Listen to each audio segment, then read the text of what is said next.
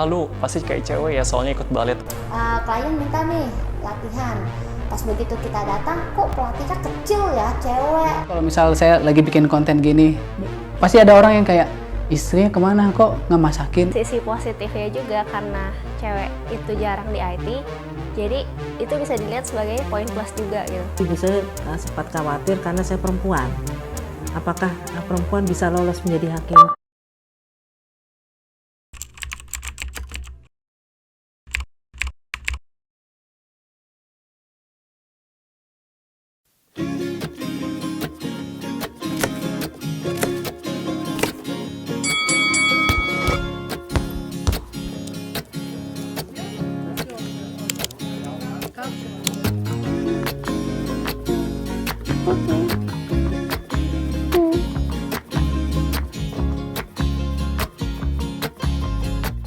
Kesetaraan gender tuh kayak konsep di mana tidak ada diskriminasi antara pria ataupun wanita dalam melakukan suatu pekerjaan atau dalam bidang politik mungkin.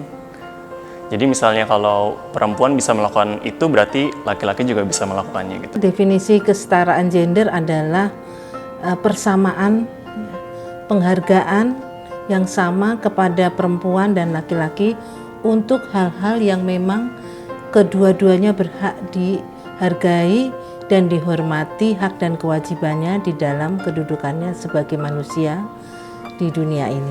Laki-laki dan perempuan punya kebebasan yang sama untuk melakukan apapun yang sesuai dengan kemampuannya dan apapun yang dia inginkan gitu.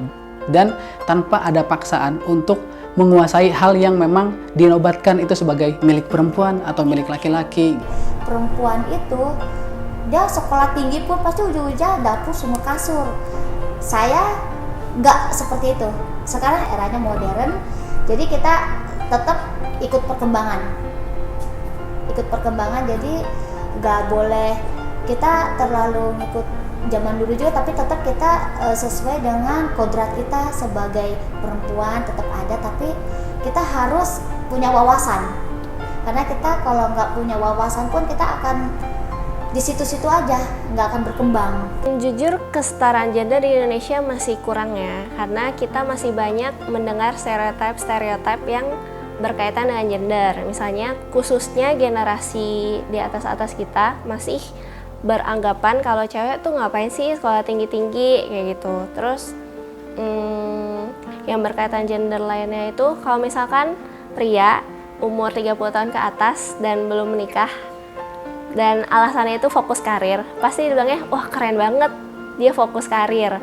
Tapi kalau perempuan yang umur 30 tahun ke atas belum nikah dan bilang fokus karir, pasti banyak pertanyaan-pertanyaan yang meragukan. Padahal kan perempuan juga boleh memiliki keinginan untuk memiliki karir yang tinggi. Kondisi kesetaraan gender di Indonesia.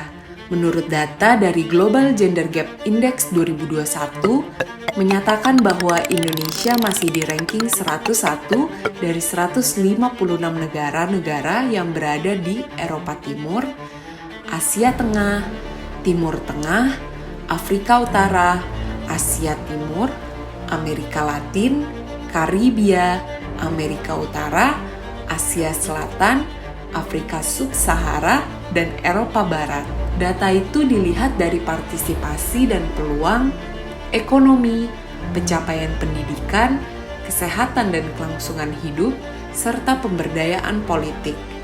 Isu utama dalam kesenjangan gender di Indonesia yang masih perlu diatasi, yakni salah satunya kesenjangan gender di dunia pekerjaan. Perempuan dianggap lebih banyak mengurus anak dan rumah tangga, sementara laki-laki dituntut bekerja mencari nafkah. Peran inilah yang mempengaruhi tidak seimbangnya gender di ruang kerja. Nurul Azizah usia 32 tahun dan bekerja sebagai pelatih bela diri. Profesi ini termasuk ranah laki-laki karena memerlukan kekuatan fisik. Menekuni pekerjaan saya ini sebagai coach Muay Thai, terutama ya bela diri lah ibaratnya kan, satu dari hobi. Nah, hobi ini sudah menghasilkan untuk diri saya dan keluarga. Kalau di seni bela dirinya saya mulai mengajar di Muay Thai itu dari 2011 sampai saat ini. Mungkin kalau dihitung udah murid ratusan atau sampai berapa puluh ratus, ribu gitu kan. Saya sampai nggak bisa ngitung lah ibaratnya. Karena makin kesini ya alhamdulillah masih banyak yang minta, banyak peminat. Sampai saya pun kadang kewalahan minta ke admin saya, tolong dong bantu saya carikan pelatih wanita. Nah balik lagi mental di sini itu mental.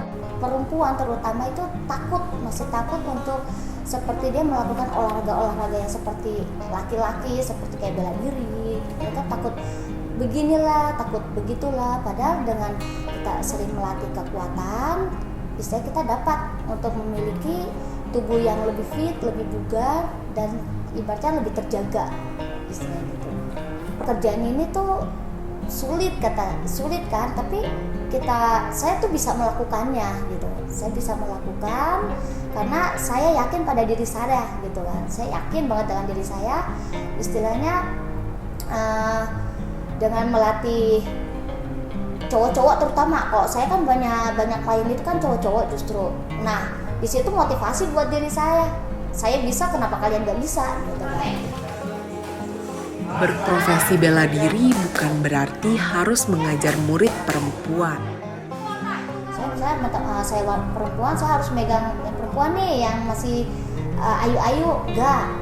Justru yang datang latihan ke saya itu justru orang yang badan-badan besar semua.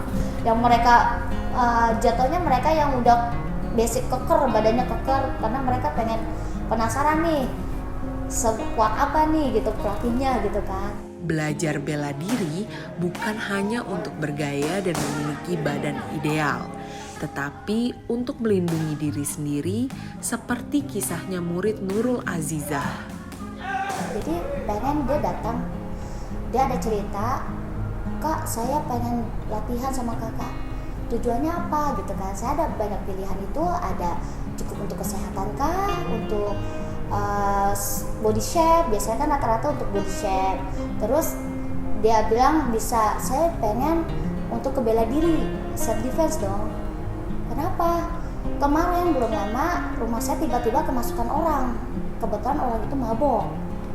Nah, padahal keluarga saya itu keluarga orang bela diri. Saya punya bapak itu sabung taekwondo gitu kan, pelatih taekwondo. Tapi karena saya dari kecil tidak memiliki ilmu bela diri, saya bingung ini ada apa gitu kan.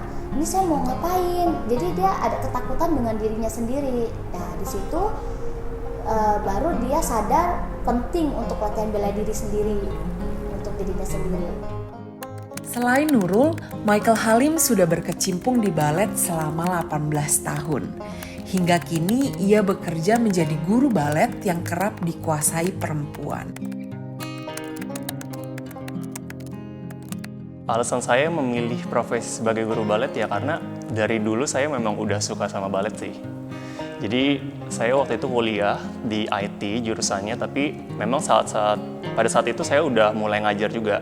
Jadi sampai sekarang begitu lulus pun ya tetap saya melakukan di dunia IT juga sebentar, tapi lebih banyak tetap di dunia balet. Di awal banget sebenarnya malah saya dimasukin sama orang tua untuk ikut nari balet ini. Dulu awalnya itu karena penyakit asma. Jadi waktu itu dicariin kegiatan. Dulu sebenarnya sempat coba berenang juga, cuma itu nggak sembuh sih. Jadi kebetulan di tempat saya tinggal ada yang tempat les balet, jadi dimasukin lah ke nari balet. Dan dari situ mulai suka. Menekuni tari balet ternyata membawa manfaat baginya, bukan hanya sebagai hiburan dalam seni pertunjukan. Banyak banget sih hal yang saya pelajarin dari balet, terutama ya disiplinnya itu nomor satu. Dan semua hal itu nggak bisa dapetin dengan instan gitu. Kita kalau mau bikin sesuatu ya harus berusaha, harus day by day kita praktis terus sampai akhirnya bisa mendapatkan itu. Mungkin di bidang lain juga sama, tapi saya belajar dari balet ini. Dan di balet juga saya belajar tentang badan saya, otot mana yang kita pakai kalau balet, dan bahkan bisa banget kita jadi ngerti otot kita. Kadang kalau sakit di bagian mana, kita tahu kita bisa stretchingin gitu, dan lebih lentur juga, lebih kuat juga. Jadi kalau butuh aktivitas fisik udah lebih gampang lah gitu. Kalau jadi guru balet kesulitannya itu anak-anaknya sih mungkin tiap anak kan beda-beda ya, keperluannya beda-beda, tipe anaknya beda-beda. Jadi gimana kita handle anak-anaknya untuk mengerti gerakannya, tekniknya gitu. Dan kadang-kadang balet itu kan susah ya, jadi kita harus tambahin stretchingnya, tambahin strengtheningnya, tapi itu nggak mudah dan harus tetap encourage anak-anaknya gitu. Tidak hanya sampai di situ, Andari Yurikosari berusia 53 tahun, ia hakim ad hoc PHI pada tingkat kasasi di Mahkamah Agung. Profesi tersebut hanya ada 8 perempuan, Andari menjadi salah satunya. Ketika saya memilih Fakultas Hukum, itu memang saya ingin melanjutkan cita-cita ibu saya menjadi hakim. Ibu saya dulu kuliah di Universitas Gadjah Mada di Fakultas Hukum, dan cita-citanya dari kecil menjadi hakim ya. Tapi karena keadaan, kemudian cita-citanya tidak tercapai, dan pernah cerita dari waktu saya kecil, bagaimana ya kalau kamu melanjutkan. Dan rupanya itu menjadi inspirasi buat saya. Ketika itu ketika mencalonkan menjadi hakim, saya tidak berpikiran bahwa saya akan lolos menjadi hakim. Karena kita tahu ya saingannya banyak, apalagi perempuan cuma 2. Saya hanya berjuang untuk lulus dengan sebaik-baiknya, tidak memalukan institusi yang mencalonkan saya. Saya baru jadi hakim baru 1 tahun. Sebelumnya saya adalah dosen di sebuah perguruan tinggi swasta di Jakarta. Mengapa saya tiba-tiba atau ingin menjadi hakim? Sebenarnya ini suatu hikmah yang bisa kita ambil ya dalam keadaan pandemi ini. Nah, waktu pandemi sekitar tahun 2020 ada kesempatan untuk menjadi hakim ad hoc PHI di Mahkamah Agung bersama seleksi hakim agung oleh Komisi Yudisial. Kemudian saya diminta, karena kalau menjadi hakim ad hoc harus diminta untuk menjadi diminta sebuah federasi serikat pekerja atau federasi serikat pengusaha. Dan waktu itu saya memutuskan untuk mau mencoba ya. Saya tidak tahu waktu itu ternyata prosesnya cukup lama, sampai 7 bulan kami ujian online. Dan setiap ujian tuh munculnya soalnya itu lagi gitu. Jadi bisa dibayangkan bagaimana stresnya mengikuti ujian. Nah, ketika menempuh itu memang selama ujian online dari rumah harus menggunakan peralatan ya, ada lighting dan sebagainya. Kemudian ada pendamping, kami boleh menunjuk pendamping. Waktu itu saya menunjuk anak saya sendiri, sebagian besar calon hakim begitu. Kemudian setiap tahapan ujian itu kami diumumkan lolos atau tidak. Pada tahap akhir tes kesehatan di RSPAD Gatot Subroto. Waktu itu, dan kemudian tes lagi di Komisi Yudisial, wawancara dengan kurang lebih 9 atau 10 penanya. Setelah dari KY baru kami fit and proper test di DPR, Komisi 3 DPR. Ya, waktu itu tersisa 7 orang di DPR, dan saya tidak mengira bahwa tadinya kami pikir 7-7-nya akan lolos ya. Ternyata hanya 3 orang yang lolos ya, dan disetujui oleh Komisi 3 DPR. Waktu itu sudah Desember, tapi kami masih menunggu pengangkatan SK dari Presiden itu.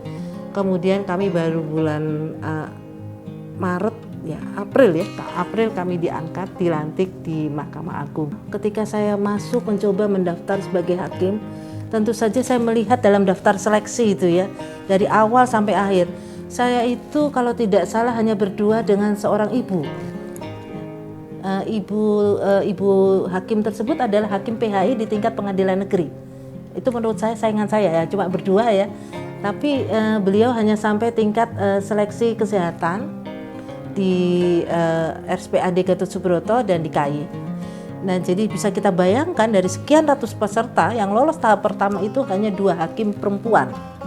Ya, jadi bisa kita bayangkan memang waktu itu ternyata itu tadi ya, hakim perempuan itu memang ada hal-hal yang harus lebih lah ya. Misalnya dia sudah berpendidikan S3 atau dia sudah punya pengalaman ya berapa puluh tahun menekuni dunia hukum ketenagakerjaan.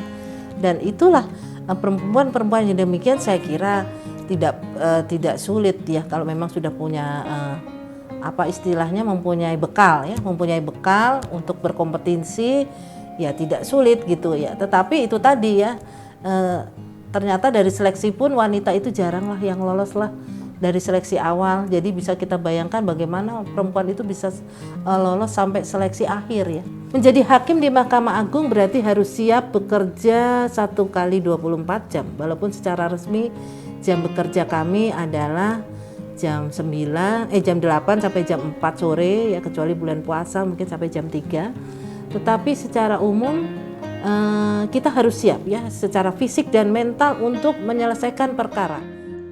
Berbeda halnya dengan Rizal, seorang bapak bekerja sebagai content creator sekaligus berperan sebagai bapak ASI ketika sudah di rumah. Peran itu mendukung kelancaran ASI istri yang sedang menyusui seperti membantu pekerjaan domestik. Sebelum menikah kita emang udah sepakat kayak kita menikah berdua ngelakuin apapun yang kita lakuin dalam kehidupan harus berdua. Jadi ngurus anak kita harus berdua, ngurus keluarga kita harus berdua, nggak boleh salah satu. Kayak ngurus rumah, tanggung jawab istri, nanti kamu ini ya gitu. Nggak bisa, karena kita ketika masuk ke dalam rumah, satu rumah, kita lihat dulu gitu. Istri lebih unggul di mana nih? Dia unggul diberesin rumah. Sedangkan saya enggak, saya kurang agak, kalau urusan rumah saya agak masih banyak skipnya, banyak itu, berarti ya udah urusan rumah kamu ya gitu. Ketika ngurusin dapur, istri saya akan bilang, saya kayaknya kurang deh kalau di dapur. Kamu lebih oke. Berarti ya udah di dapur bagian saya ya gitu. Tapi ketika untuk anak ya kita harus full. Misal dia bekerja, aku tanya kamu sampai kapan mau bekerja gitu. Saya harus tanya karena bagaimanapun dia pasti nggak mau dong lihat anaknya tumbuh terus secara intens di rumah. Tapi dia masih berkomitmen selama aku masih bisa bantu suami untuk penuhin keuangan keluarga, bantu penuhin untuk kebutuhan anak gitu. Berarti aku akan terus support sebagaimana kamu juga selalu support ketika aku nggak mampu untuk full terus untuk di rumah. Jadi memang akan ada perjanjian, akan ada komunikasi terus, karena ketika kita berkomunikasi dalam setahun bisa jadi berubah gitu. Jadi harus terus dikomunikasiin sih, siapa di mana, siapa melakukan apa. Jadi nggak mungkin dong saya muluk-muluk, pokoknya anak saya harus ASI eksklusif, anak saya harus ASInya bagus, ASInya banyak gitu. Tapi saya nggak ngelakuin apa-apa, kan saya egois juga gitu, sebagai seorang suami cuma bisa nuntut gitu. Sedangkan kita ya berarti harus support istri saya, kasih makanan yang banyak, kasih suplemen yang banyak. Dan saya dari latar belakang, saya dari kecil nggak ASI.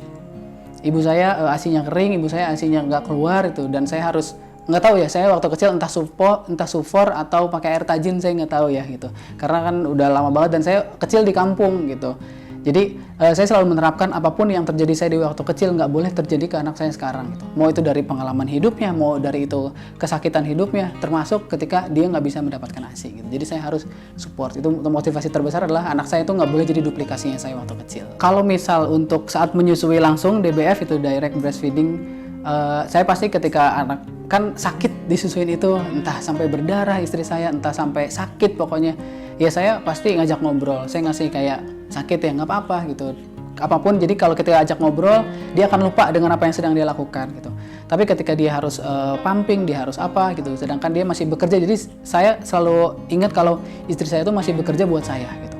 Jadi apapun yang dia belum lakukan berarti saya harus lakuin. Misal pulang kerja, ya udah gantian, saya yang bersihin alat pumpingnya, saya yang siapin, nanti pagi saya siapin alat pumpingnya, terus ASI suplemennya saya penuhin, mau gimana pun itu, makanan dia saya siapin, pagi-pagi buat sarapan, buat makan siang kita bakal saya masakin gitu. Karena istri saya punya support yang jauh lebih besar dari sekadar saya capek ngerjain rumah, dia harus bekerja 9 sampai 5, nggak ketemu anak, nggak lihat anak gitu. Jadi ya itu sih yang saya lakuin supaya kita tetap saling ngelengkapin satu sama lain. Penting apa enggak kehadiran Bapak ASI? Kalau misal kita objektifnya pengen anaknya bagus, mental anaknya oke, mental anaknya stabil, emosi anaknya stabil, istri ASInya banyak, penting. Tapi kalau dirasa kamu nggak, udah biarin, let it flow aja, anak saya mau jadi apa, anak saya mau gimana, terserah. Gitu. Jadi aku nggak mau judge ke orang, baik lagi ke orangnya. Ini loh kelebihannya, mau ambil, enggak, ya udah. Karena yang bisa kita atur diri kita sendiri, tapi kita nggak bisa ngatur orang lain. Seberapa membantunya peran Papa ASI di keluarga bagi seorang istri ya? Mungkin saya nggak tahu. Maksudnya baik lagi ketika saya nggak mau kepedean, saya nggak mau kayak ngerasa dengan saya nih istri saya happy, dengan ini istri saya senang. Tapi sejauh ini sepertinya istri merasa terbantu gitu. Dan karena salah satu motivasi hidup saya juga, saya tuh ingin mempermudah dan membantu orang lain supaya Allah mempermudah dan membantu saya dalam kehidupan. Jadi saya sih ngerasa istri saya terbantu, tapi semua baik lagi ke istri saya. Mungkin pasti ada yang miss, pasti ada yang kurang, pasti ada yang nggak sempurna, tapi apapun itu saya akan ngelakuin apapun buat itu jadi sempurna. Rizal sudah cukup dikenal oleh masyarakat luas sebagai konten kreator yang aktif membagikan informasi Bapak Asi di media sosialnya. Hal itu juga sebagai sumber penghasilan keluarga. Kenapa membuat sebuah konten tentang Ayah Asi di sosial media? Alasannya adalah karena satu, aku ingin kasih awareness sama banyak masyarakat tentang kalau misal seorang ibu itu nggak bisa berjuang sendirian. Kita pasti perlu sosok seorang bapak, gitu. Bapak Asi khususnya gitu ya. Dan juga memang ketika ingin anak tumbuh baik, ketika anak tumbuh dengan maksimal, bapak juga harus punya perannya di situ. Gitu. Itu makanya kenapa saya ya udah berkomitmen ketika saya masuk ke dunia sosial media. Dan alhamdulillahnya bisa perform di sosial medianya gitu. Dan ketika perform sosial medianya, akhirnya saya memutuskan oke, ini menjadi salah satu medium saya, salah satu channel saya untuk menginformasikan atau untuk menggelorakan istilahnya atau mengkomunikasikan awareness pentingnya tentang menjadi seorang ayah Asi. Gitu. Semua orang ingin memilih profesi sesuai kemampuan yang dimiliki, seperti Karissa usia 23 tahun. Ia mempunyai keputusan untuk bekerja sebagai web developer karena suka bermain soft puzzle. Pas awalnya itu aku milih jurusan IT karena aku suka soft puzzle. Dan menurut aku problem yang ada di IT itu bisa di-solve dengan mikir terus gitu. Karena aku suka lebih prefer logic dibandingkan dengan kayak jurusan-jurusan lain yang menggunakan kreativitas, misalkan DKV atau enggak. Jurnal kan juga perlu berpikir kan untuk nulis. Aku pikir kalau jurusan DKV atau jurnal, semakin aku berpikir, bisa-bisa semakin stuck gitu. Kalau di IT semakin berpikir, eventually akan ketemu jalan keluarnya. Kesetaraan gender sebagai web developer saat ini. Aku cuma bisa jawab yang di lingkungan aku doang sih, yang aku rasain, berarti di kantor aku. Kalau untuk rasionya itu tentu masih lumayan jomplang ya. Meskipun minat bekerja di bidang web developer masih belum setara antara laki-laki dan perempuan, tetapi sebenarnya profesi ini dapat mempengaruhi cara berpikir. Dampak sebagai perempuan bisa jadi web developer, mikirnya jadi lebih terstruktur gitu. Kayak kalau A berarti B, kalau nggak A berarti C gitu. Jadi kayak ada flow-nya gitu. Di samping kesibukan bekerja, tidak lupa untuk membagi waktu dengan keluarga.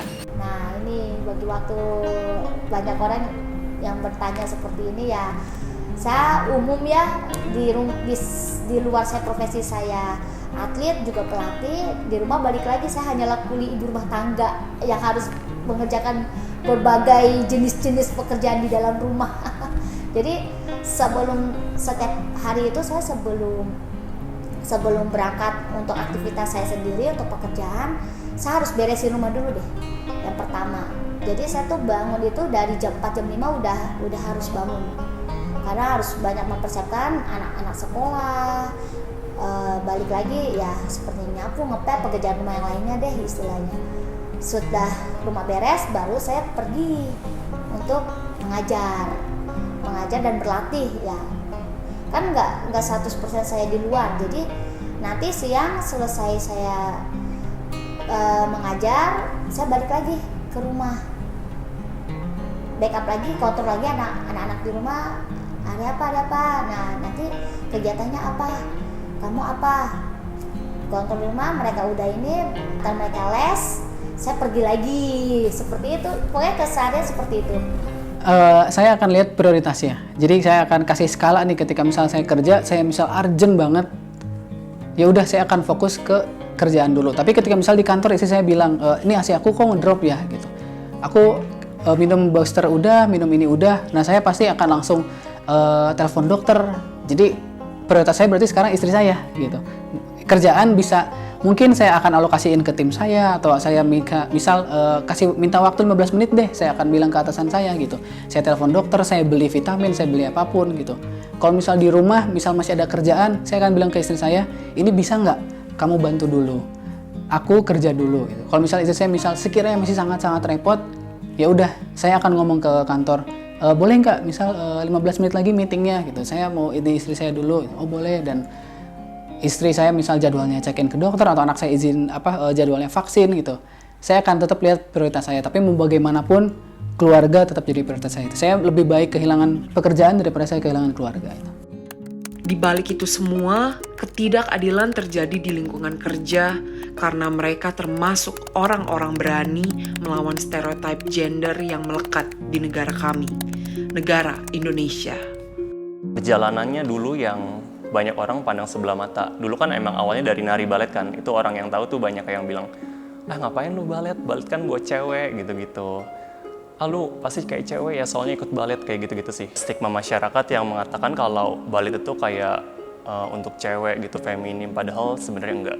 Karena di balet itu cewek dan cowok itu berbeda gitu. Ada gerakan, ada partnya masing-masing lah. Tetap dibutuhkan cowok. Kayak misalnya kita gerakan pada pasangan, ya otomatis ceweknya harus sama cowok. Nggak mungkin cewek sama cewek gitu.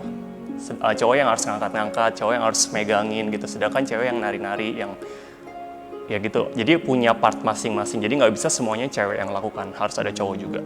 Terutama di balet tuh sebenarnya banyak cerita kan, cerita tentang misalnya Sleeping Beauty gitu. Sleeping Beauty pasti ada princessnya, tapi ada prince-nya juga, yang mana nggak mungkin ditarin sama perempuan gitu, tetap harus ada cowoknya juga. Jadi memang punya part sendiri, cuma mungkin karena banyak orang yang belum tahu akan hal itu sih. Jadi dipandangnya balet itu cuma buat perempuan aja. Banyak yang bilang balet itu gemulai dan feminim, tapi menurut saya yang cowok terutama justru nggak kayak gitu sih. Justru harusnya gagah gitu loh. Kayak bener-bener up gitu, nggak yang kayak gitu-gitu, tapi yang gagah gitu cowok. Kan biasa apalagi di balet tuh suka misalnya peran jadi pangeran, nggak mungkin pangeran jalannya gini-gini. Dia pasti selalu kayak gagah gitu kan. Jadi saya dulu pernah ada cerita diusir sama orang tua itu gara-gara saya lebih memilih dunia saya. Jadi kan pertama awalnya tuh orang tua tuh mindsetnya tuh pengen anaknya kuliah, sekolah yang benar, dapat nilai bagus, lulus dengan cum laude ya kan, kerja di kantoran dengan penghasilan setiap bulan yang layak lah ibaratnya. Karena pada masanya itu tuh dianggap atlet itu nggak ada masa depan. Tapi balik lagi, ini dunia saya dan fashion saya di sini gitu kan. Saya tuh udah bener-bener mendarah daging kalau di dunia atlet itu kan, udah mendarah daging. Jadi oke, sampai orang tua tuh ya udah kamu minta makan aja sama pelatih kamu gitu, nggak usah di rumah gitu kan. Akhirnya saya nggak enak dong di rumah, kayak dicuekin di lama-lama ya, akhirnya saya pelan-pelan pergi dong di rumah gitu kan. Itu kalau dibilang diusir sih secara halus banget ya. Jadi yang bikin saya tuh nggak betah di rumah, akhirnya saya pelan-pelan pergi ya, kurang lebih saya setahun tuh menghilang dari rumah beneran. Tapi menghilangnya saya lebih mengikuti kepelatihan. Waktu itu kebetulan lagi persiapan untuk PON 2008 waktu itu kan. Nah di situ, orang tua pun saya nggak ada kabar, nggak ada cari saya, nggak ada info apa gitu kan. Ya saya juga ya udah istilahnya saya merasa nyaman di sini gitu kan. Nah begitu saya ada turnamen, saya ada di koran, baru orang tua saya tuh tiba-tiba mendapat koran di tempat kerjanya kan. Waktu itu masih masanya koran ya.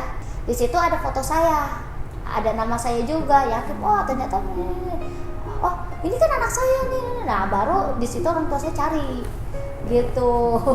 Akhirnya saya kan selama menghilang di rumah itu kan saya cuma komunikasi sama sepupu.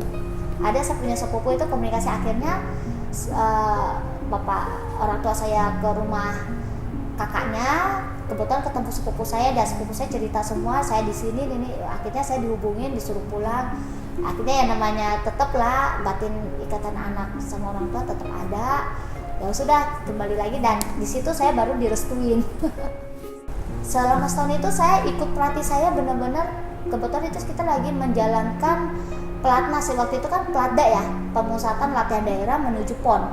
Waktu itu PON di Kalimantan pada waktu itu 2008. Tapi kita ditempatkan di kayak satu base camp gitu dari atlet berbagai macam daerah gitu kan. Nah terus di situ saya pada saat saya berpikir, pada saat saya diusir secara selama nggak tinggal di rumah itu, saya berpikir saya ini pilihan saya dan saya harus bertanggung jawab sama pilihan saya.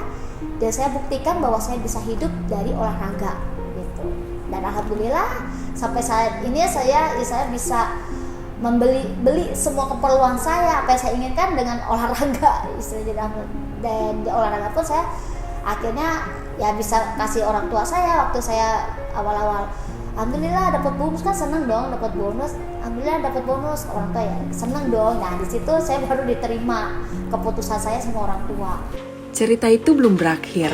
Nurul masih saja diragukan kemampuannya oleh murid yang diajar. Banyak banget tantangannya. Satu, pasti kita kadang suka klien minta nih latihan. Pas begitu kita datang, kok pelatihnya kecil ya, cewek, kadang diragukan gitu kan. Awalnya mereka meragukan. Begitu datang, sore kak, dengan saya Coach Nurul. Ini coachnya, benar? Iya kak, saya Coach Nurul. Tapi coach ini orangnya gede-gede loh. Oh nggak masalah kak. Yang pertama pasti diragukan, ada keraguan buat mereka. Begitu saya memulai latihan, kasih program, bang isinya, mereka baru kaget.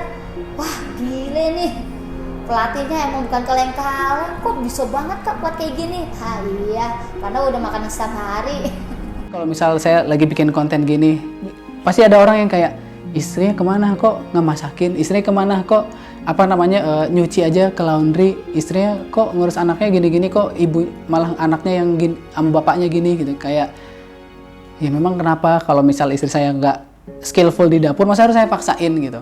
Jadi tapi dia lebih skillful di pekerjaan, saya akan support kerjaan apapun dia mau bisnis apapun saya support gitu. Itu bentuk kayak, saya nggak mau sih terlalu mengotak-otakan kehidupan, karena biarinlah sebelum nikah sama saya istri saya punya kehidupan, masa ketika nikah sama saya kehidupan dia saya batasin gitu kan, nggak mungkin. Jadi ceritanya itu berawal dari ketika mamaku cerita ke temennya kalau anaknya ini mau masuk ke jurusan IT.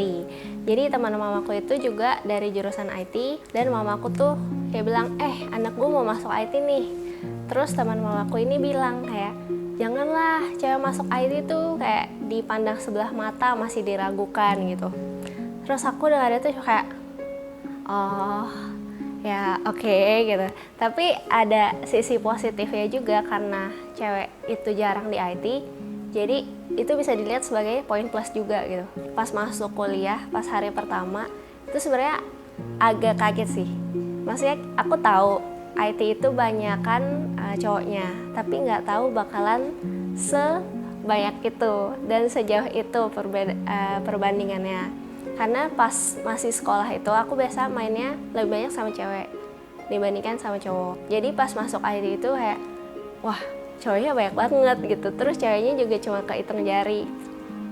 Tapi ada salah satu sisi baiknya itu ketika kita lagi ngumpul satu angkatan dan mau ke toilet. Jadi yang cowok itu ngantri semua, dan yang cewek yang biasanya ngantri toiletnya panjang itu kosong. Karena kan ceweknya dikit banget kan. Ya, terus habis hari pertama itu dilanjutkan dengan mulai bersosialisasi sama teman-teman cowok yang tadinya lebih kayak lebih menjaga jarak, sekarang jadi kayak udah temenan deket aja gitu sama semuanya. Pas kerja kelompok, kadang-kadang kita kan sebagai mahasiswa memiliki banyak alasan untuk menghindari pengerjaan tugas. Jadi biasa teman aku kayak, lu kan cewek, lu pasti lebih rapih lah ngerjain laporannya, udah lu aja yang bikin, kayak gitu. Padahal kan nggak ada hubungannya juga, itu memang cuma alasan-alasan mereka aja untuk tidak mengerjakan laporan gitu.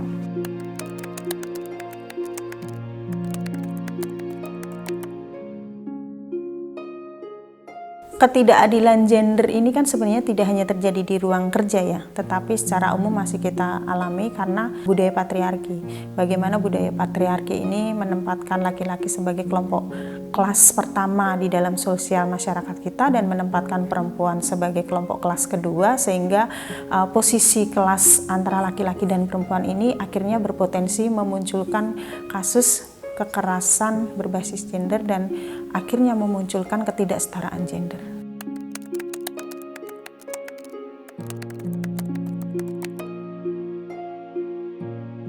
Ya, kalau stereotip untuk perempuan itu di dalam cara pandang melihat budaya patriarki yang menempatkan perempuan sebagai lemah lembut, gemulai, nurut, terus tidak berani melawan, itu yang akhirnya menempatkan perempuan dalam situasi kerja yang diposisikan selalu di dalam ketimpangan relasi kuasa. Jadi ketika terjadi pelanggaran-pelanggaran, banyak kasus perempuan tidak berani bersuara atau melawan. Berbeda dengan laki-laki yang memang dididik dari kecil pemberani, pemimpin, dan kultur dibangun sebagai kepala keluarga. Akhirnya ini juga yang membentuk bagaimana laki-laki dituntut untuk berani, dan pada prakteknya ketika terjadi kasus-kasus pelanggaran ketenaga kerjaan yang dialami laki-laki, mereka lebih berani untuk melakukan perlawanan. Di situ terlihat bagaimana kultur budaya patriarki yang dibangun sejak kecil kita antara laki-laki dan perempuan akhirnya berdampak pada kehidupan jangka panjang bagi perempuan, sehingga ini juga mengalami berbagai kerentanan kekerasan berbasis gender, kerentanan diskriminasi, dan kerentanan mengalami ketidakadilan gender. Dan akhirnya ini juga menjadi persoalan bagaimana kesetaraan gender itu masih menjadi PR kita bersama untuk mewujudkan.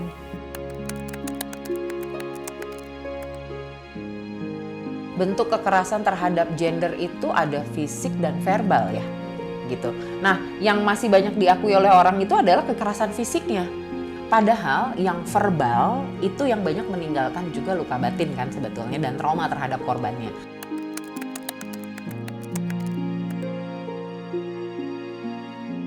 Jadi ada 4 tahapan gitu ya.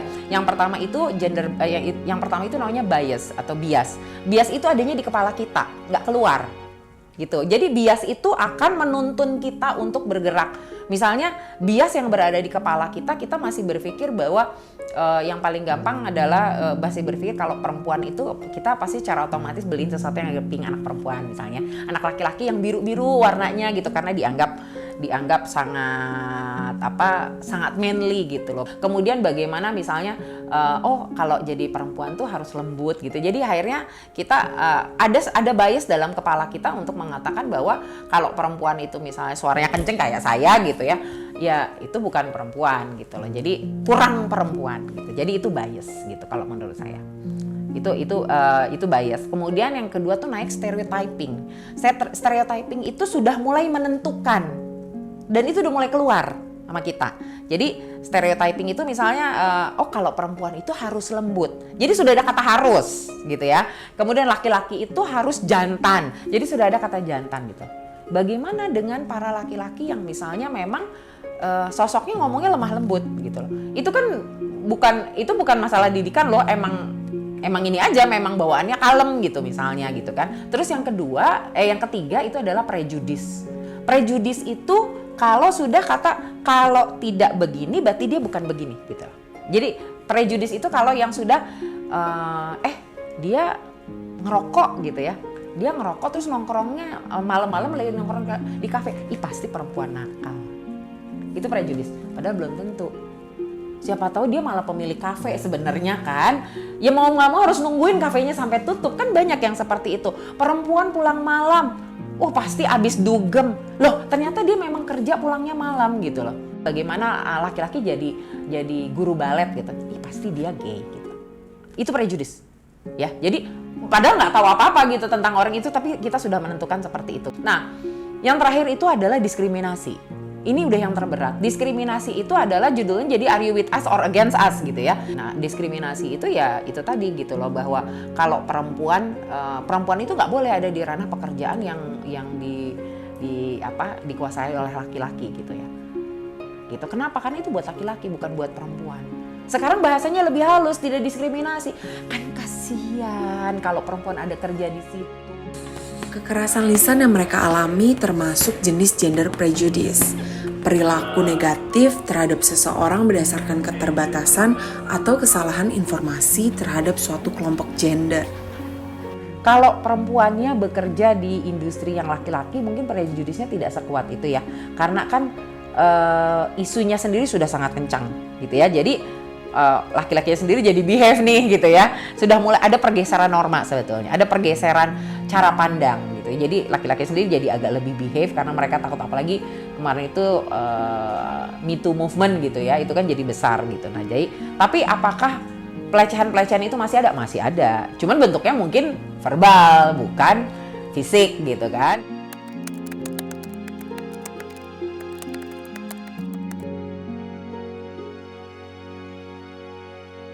Pengaruh terhadap mental ya jadinya ya.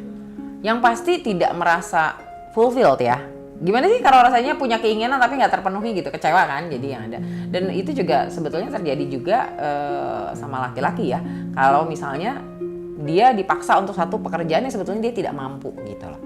Ya orang nggak mampu jadi pemimpin terus dipaksa jadi pemimpin karena dia laki-laki gitu.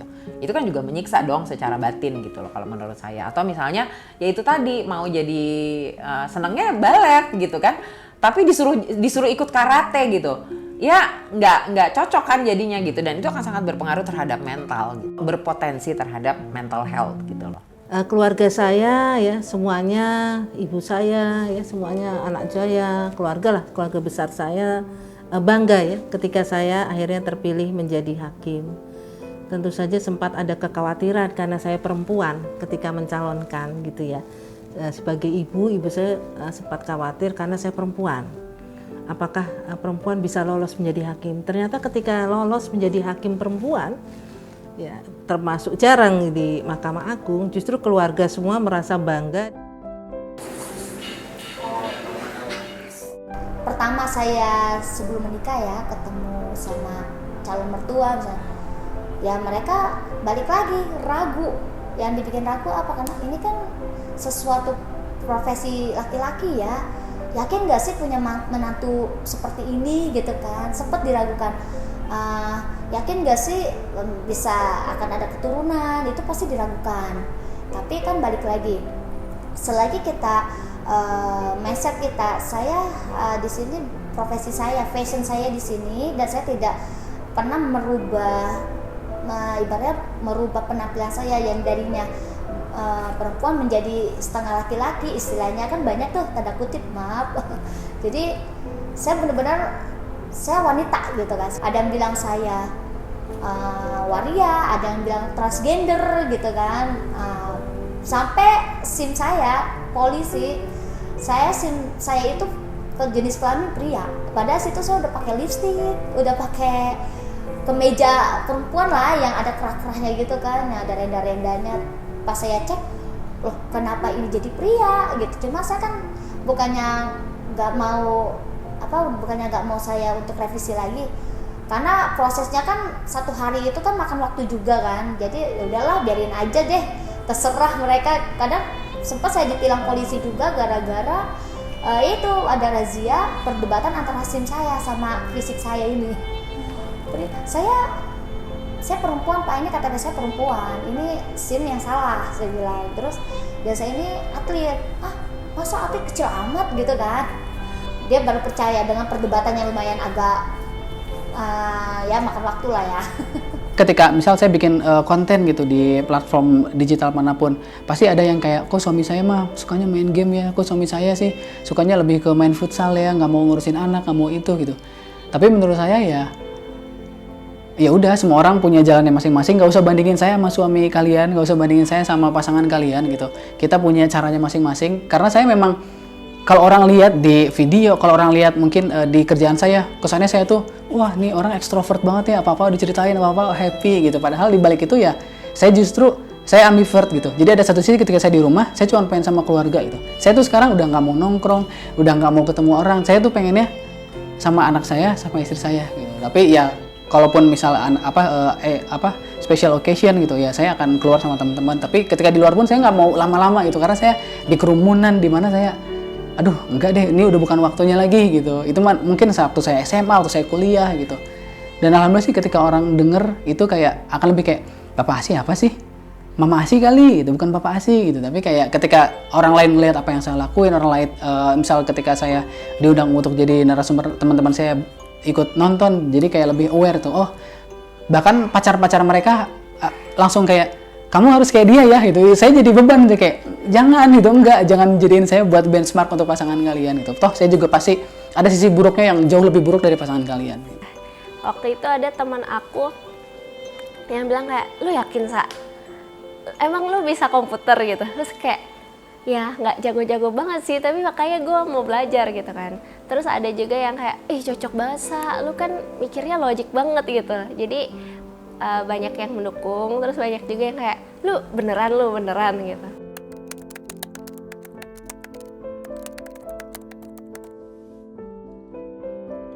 Ya, kita kembali pada prinsip-prinsip untuk menghargai korban.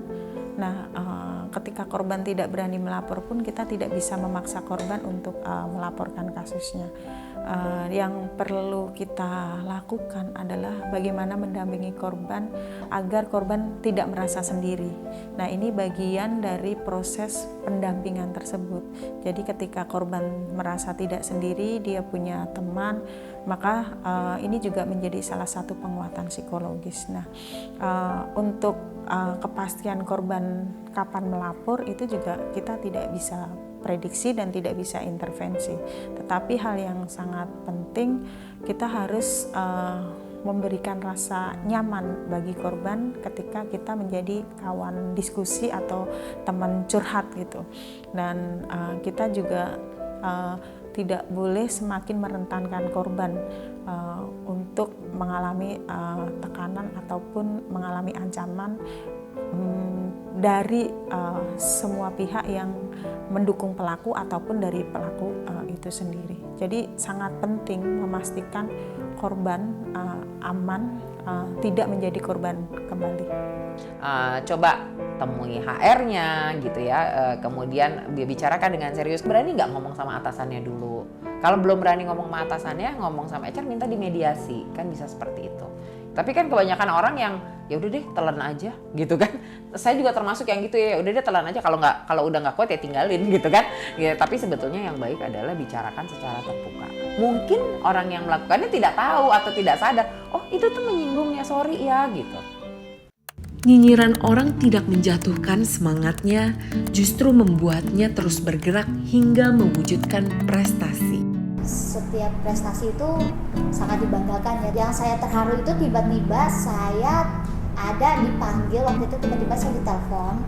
Itu yang nelfon orang dari Original Record Indonesia. Entah itu rekomendasi dari siapa. Tiba-tiba pihak mereka telepon, selamat malam dengan Nurul Aziza. Oh iya siap, dengan Nurul Aziza. Ini kami dari Original Record Indonesia, bahwa kami nanti di tanggal 28 Oktober, pas banget Hari Sumpah Pemuda di 2018 waktu itu kan, kami mau memberikan Mbak Nurul ini suatu penghargaan apresiasi, dia bilang.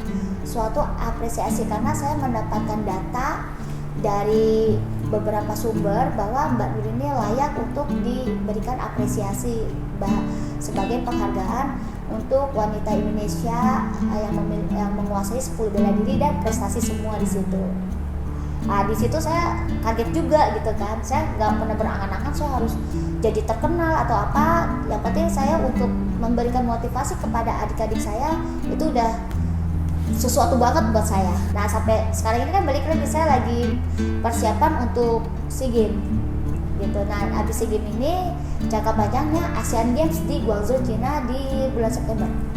Tidak hanya itu, Nurul juga membantu orang lain untuk bisa mendapatkan prestasi seperti dirinya. Saya yang paling membanggakan itu, jadi saya pernah, istilahnya saya nggak ada target, tapi saya pernah menjadikan seseorang menjadi orang besar. Istilahnya ceritanya dari kuli panggul, dia minta ke saya, Mbak, saya boleh nggak latihan Muay Thai?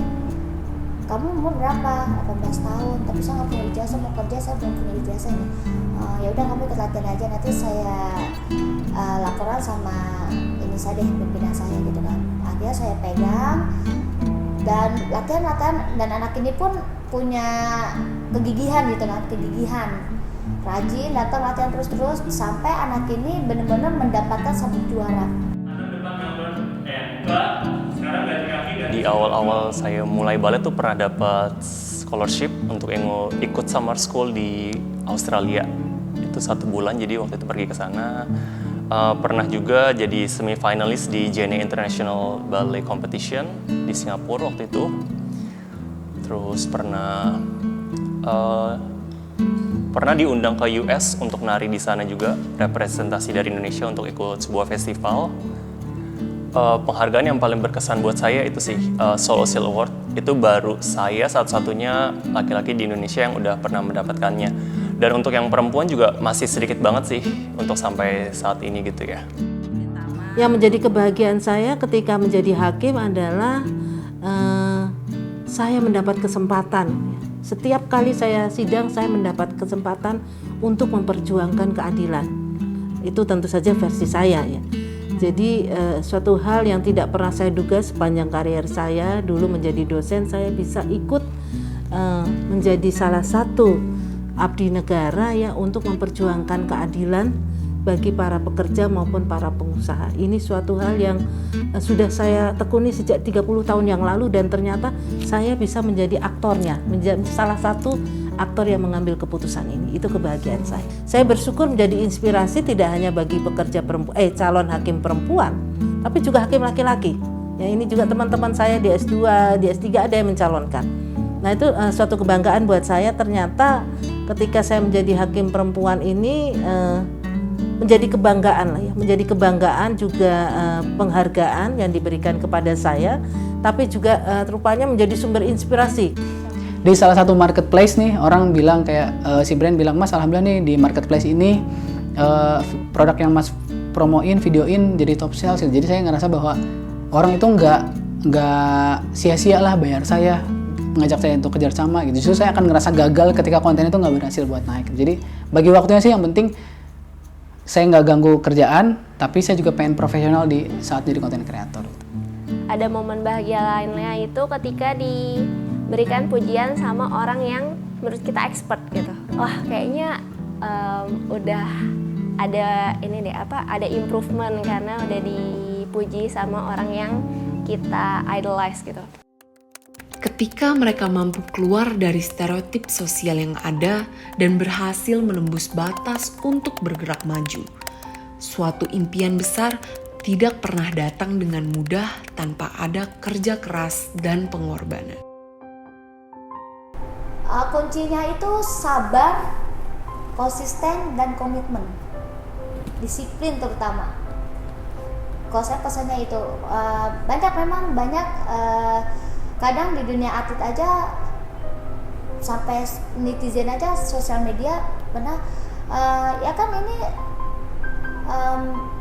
penerus kamu kan di sini ya, balik lagi menjadi lihat diri saya sekarang kelihatannya enak, tapi balik lagi semua yang saya dapat itu butuh proses, dan proses itu nggak singkat, itu dalam perjalanannya sangat banyak, yang sangat panjang, penuh lika-liku juga, penuh istilahnya tekanan-tekanan juga. Pesan untuk pria yang mau nari balet juga ya, sebenarnya kalau kamu ngerjain ini buat kesenangan kamu dan selama itu positif, harus dilakukan aja sih. Jadi jangan terlalu banyak dengerin orang, karena stigma orang kan kadang-kadang nggak tahu ya gimana, tapi yang penting kita menjalankannya dengan positif dan kita nggak aneh-aneh, nggak melakukan hal yang negatif. Menurut aku sih nggak apa-apa gitu.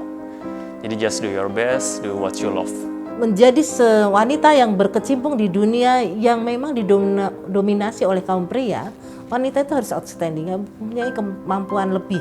Sehingga kemudian dengan kemampuan lebih perempuan itu, maka teman-teman pria ini mereka tidak lagi memandang kita sebagai perempuan, tetapi memandang kita sebagai teman sejawat.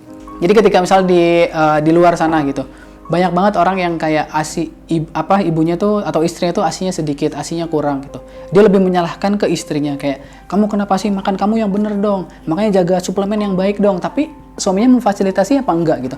Ketika suaminya nggak difasilitasi, nggak memfasilitasi apa yang dia makan, vitaminnya dari mana, masa beli sendiri. Sedangkan mungkin banyak juga kayak, udah kamu perempuan di rumah aja nggak usah kerja, biarin aku yang kerja. ya dia beli pakai apa? Mending tabungannya ada, mending uangnya ada gitu. Kalau misalnya nggak ada, ya kita harus sadar lah sebagai seorang suami, ketika kita ingin menuntut lebih ke istri, kita juga harus memberikan hal lebih ke istri juga gitu. Jangan sampai tuntutan kita lebih banyak dari apa yang kita lakukan. Sebenarnya banyak juga wanita-wanita yang terkenal di profesi web developer, tapi memang nggak sebanyak pria. Tapi itu ada. Bisa cek juga Generation Girls. Generation Girls itu kayak komunitas perempuan yang code gitu. Jadi bisa lihat-lihat di situ juga. Jangan minder dan coba aja kalau misalkan memang ingin mencoba gitu.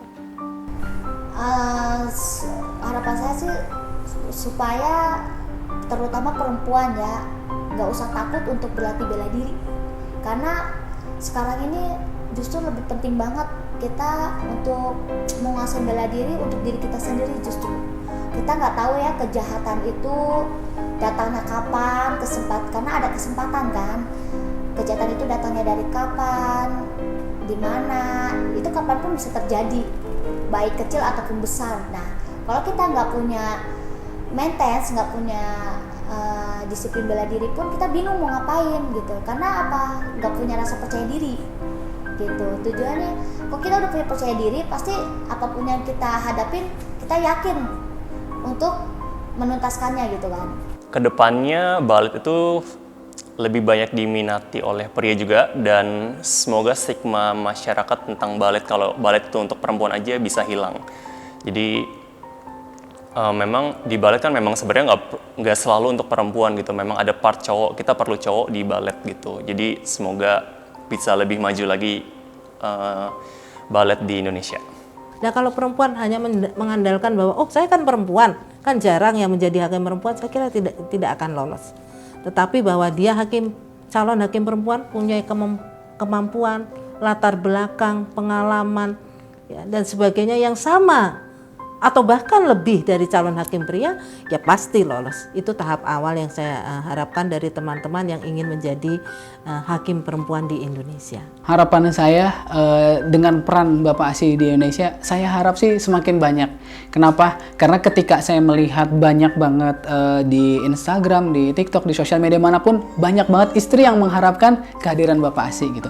Jadi ketika ada demand, ya supply-nya juga harus banyak gitu. Jadi saya harap sih semakin banyak supaya nggak banyak lagi istri yang stres, nggak banyak lagi istri yang terlalu pusing dengan kehidupan, nggak banyak lagi istri yang merasa gagal jadi ibu karena anaknya gagal tumbuh, anaknya gagal berkembang, karena dia harus berjuang sendirian gitu. Jadi saya harap sih semakin banyak supaya makin banyak juga anak yang terhindar dari stunting, terhindar dari gizi buruk, terhindar dari penyakit-penyakit yang memang sering terjadi untuk anak-anak bayi gitu. Karena ASI sangat membantu untuk anak itu nggak stunting, anak itu pertumbuhannya bagus gitu. Jadi memang saya harap semakin banyak, karena dengan makin banyaknya lagi ayah ASI, bapak ASI, semakin banyak lagi kehidupan yang akan jauh lebih baik gitu.